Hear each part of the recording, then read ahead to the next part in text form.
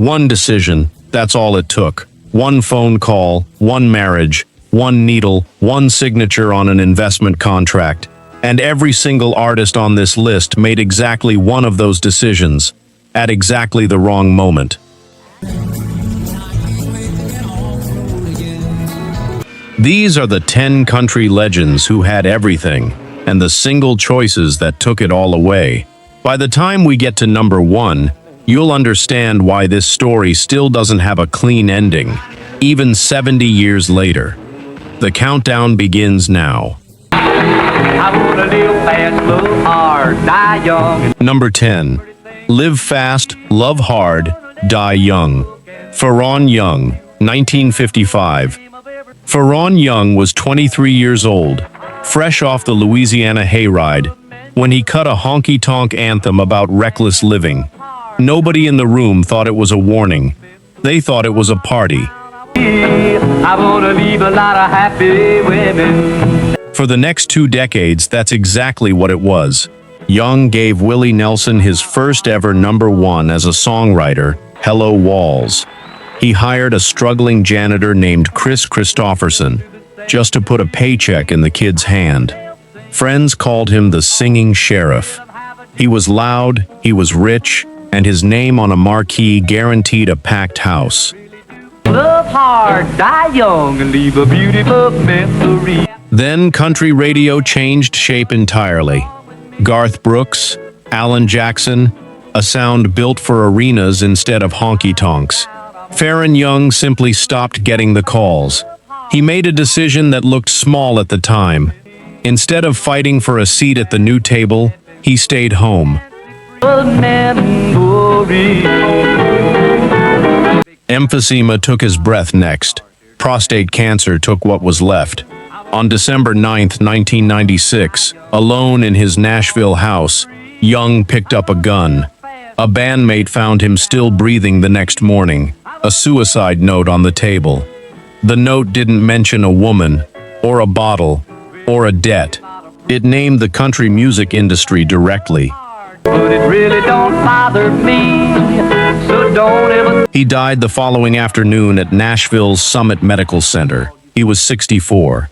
The song that made him famous had been telling everyone exactly how this would end for 30 years, and nobody, including Faron Young, ever thought to take it literally.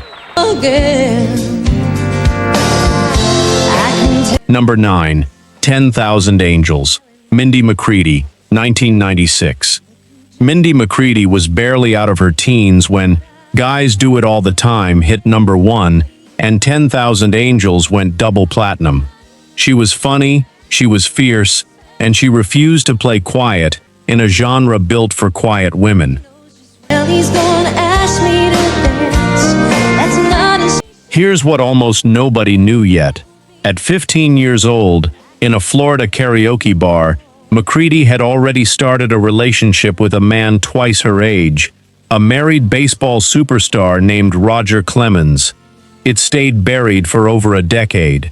When it surfaced publicly in 2008, it detonated everything at once. What followed reads less like a country song and more like a court docket. Arrests, an abusive relationship with the father of her son, an overdose, a custody battle so public that police were once called to pull her and her child out of a closet in her own home. A year before she died, she posted online in her own words, "I've been beaten, sued, robbed, arrested, jailed, and evicted, but I'm still here." In January 2013, the father of her infant son was found dead in her home of a gunshot wound. 1 month later, on that same porch, Mindy McCready took her own life. She was 37. Fellow artist Wynonna Judd posted publicly that addiction is a disease, not a character flaw, a line that reads less like commentary now and more like an epitaph nobody got to write in time. Country radio still plays 10,000 Angels without a second thought. Nobody clocks that the teenager singing about devotion was already, quietly, living the secret that would define the rest of her life. Shame on you. Number 8. Shame on You. Spade Cooley, 1945. Spade Cooley was the king of Western swing, and that title was not a nickname, it was a fact. His orchestra ran an 18-month sold-out residency at a ballroom in Venice, California. His television show pulled a 75% audience share in Los Angeles, a number that would make a modern network executive weep. He married a singer out of his own band, Ella Mae Evans, and wrote Shame on You, which went straight to number 1. Took my car and my money. Then rock and roll arrived and started eating Western swing alive. Cooley's career faded. His jealousy did not. He accused Ella Mae of affair after affair, some real, most not. In early 1961, hospitalized for a breakdown, she told nurses that her husband had threatened, more than once, to kill her. When I got wise, foolish girl. On April 3, 1961, in front of their teenage daughter, Spade Cooley beat his wife to death. Ran around with other guys, tried to lie. He was convicted of first-degree murder that August in a trial Bakersfield Papers called The Trial of the Century. He served less than 8 years before Hollywood friends successfully lobbied Governor Ronald Reagan for his parole. Weeks before that parole was set to take effect, Cooley collapsed backstage at a benefit concert and died of a heart attack. His star on the Hollywood Walk of Fame, earned at the peak of his fame, has never been removed. Number 7. Great Balls of Fire. Jerry Lee Lewis, 1958. In May of 1958, Jerry Lee Lewis stepped off a plane at London's Heathrow Airport as, for a few short months, arguably the biggest rock and roll star on the planet. Elvis had just been drafted into the army. The throne was empty. Lewis was there to take it, commanding $10,000 a night on a tour built to make his global stardom permanent. He brought his new bride. Everyone around him said don't. A reporter at the airport asked her a simple question. She answered honestly. Myra Gale Brown was 13 years old, his first cousin, the daughter of his own bass player, and their marriage had taken place before his second divorce was even legally finalized. The British press tore it apart within hours. The tour was canceled after 3 shows. Radio stations on 2 continents pulled his records overnight. The man who had been making 5 figures a night was, within weeks, playing $250 club dates to half-empty rooms. It took him a full decade and a complete reinvention as a country artist to rebuild any of it. Lewis insisted for years afterward that he genuinely didn't understand what rule he'd broken. One press conference, one honest answer from a 13-year-old at an airport, and it cost him the better part of 10 years. Got down on his level, but Number 6. I'm No Stranger to the Rain. Keith Whitley, 1989. By the spring of 1989, Keith Whitley had 3 consecutive #1 singles and an invitation to join the Grand Ole Opry, sitting just weeks away. His wife, singer Lori Morgan, had spent years managing his alcoholism, tying his ankle to hers at night so he couldn't sneak away to drink. He'd gotten sober in 1987. It lasted 6 months. the rain. I can spot bad. The morning Morgan left for a promotional trip to Alaska, Whitley handed her a tender, handwritten card. Then, alone in the house for the first time in months, he started drinking, and he didn't stop for an entire weekend. His brother-in-law found him on May 9th. His blood alcohol level was 0.47, nearly 5 times Tennessee's legal limit. I'm feeling down.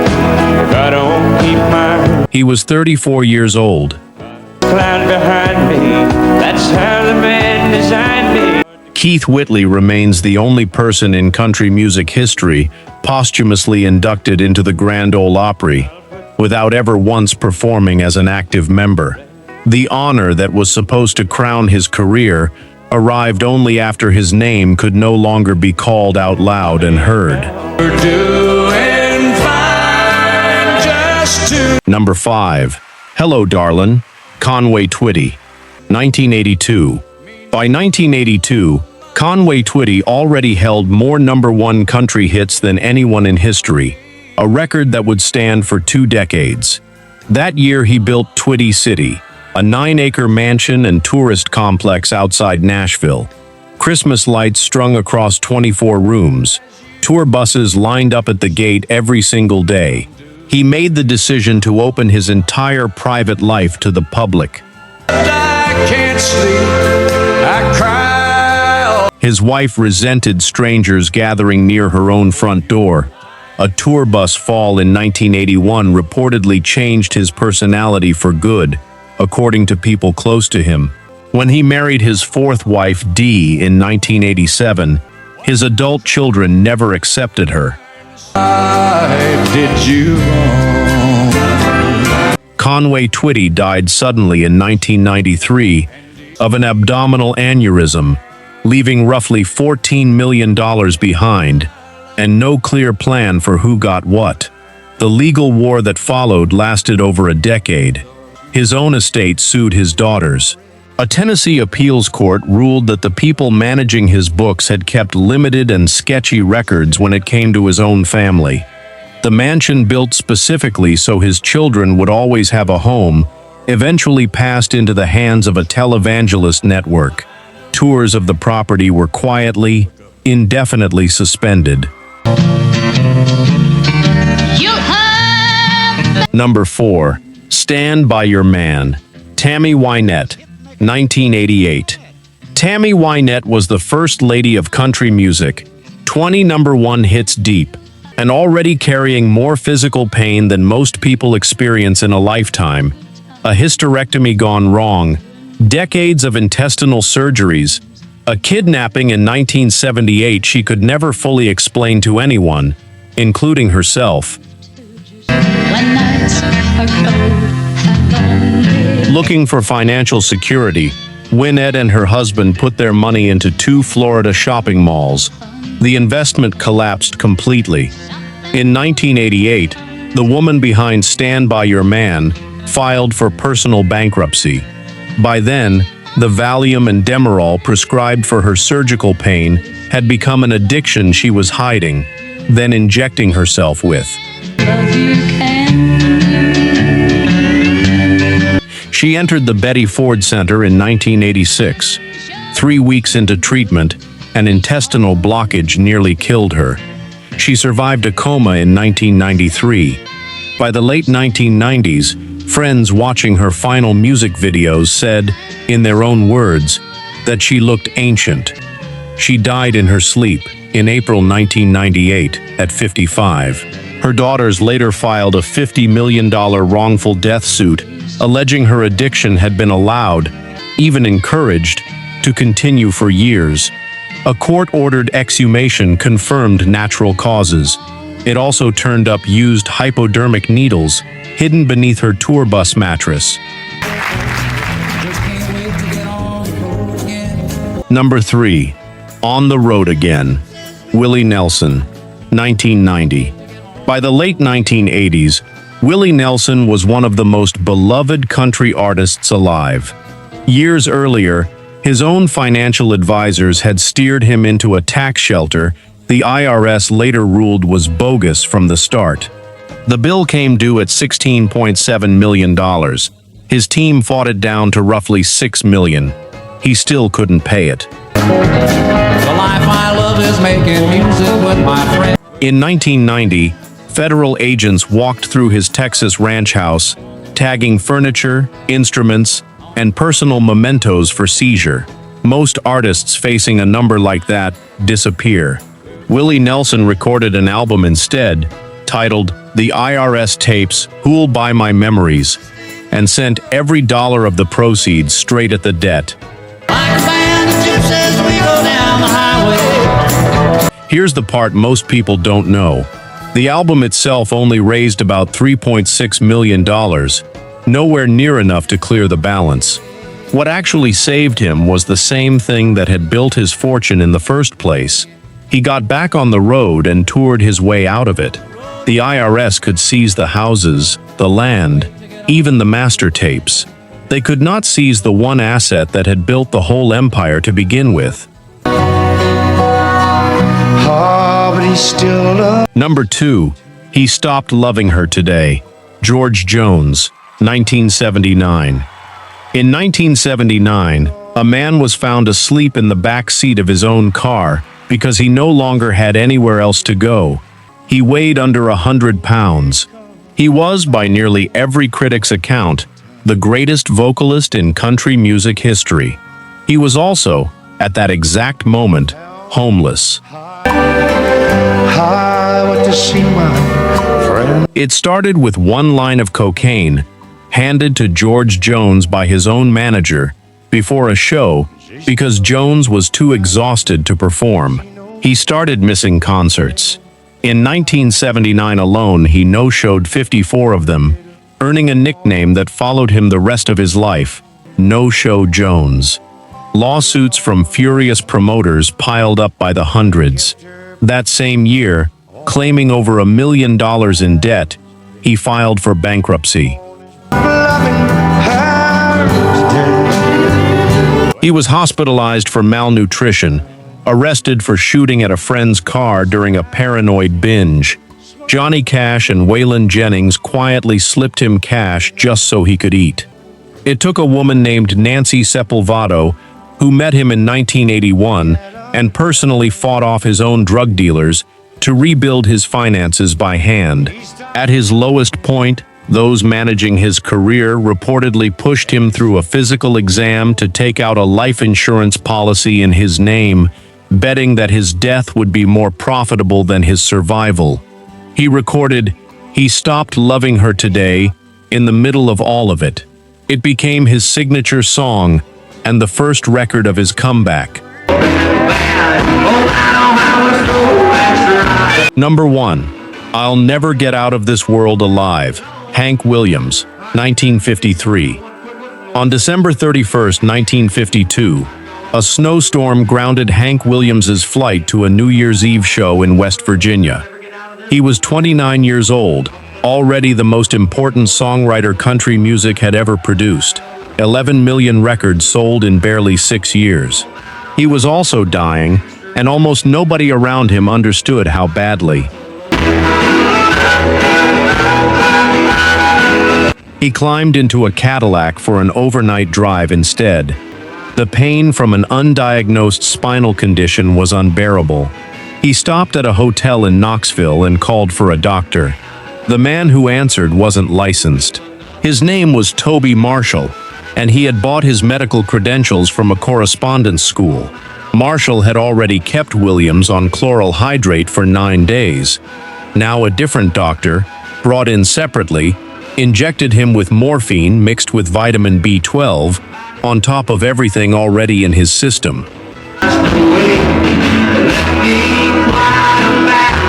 Hotel porters had to carry Hank Williams to his car. He climbed into the back seat anyway. Sometime after midnight, on a dark stretch of highway near Oak Hill, West Virginia, Hank Williams stopped breathing. His 18-year-old driver didn't realize it until he stopped for gas.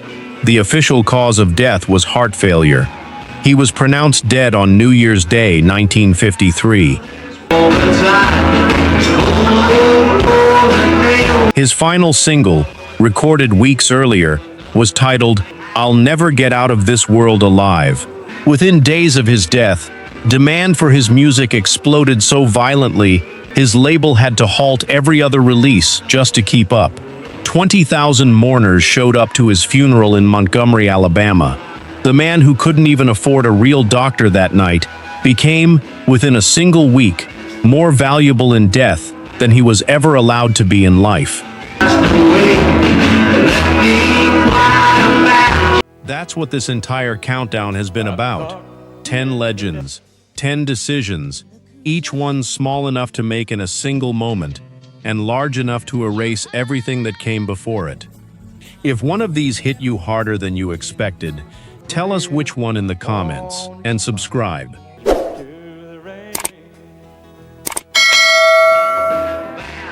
Because we are not done uncovering the voices behind the legends. The music never lies, even when the industry does.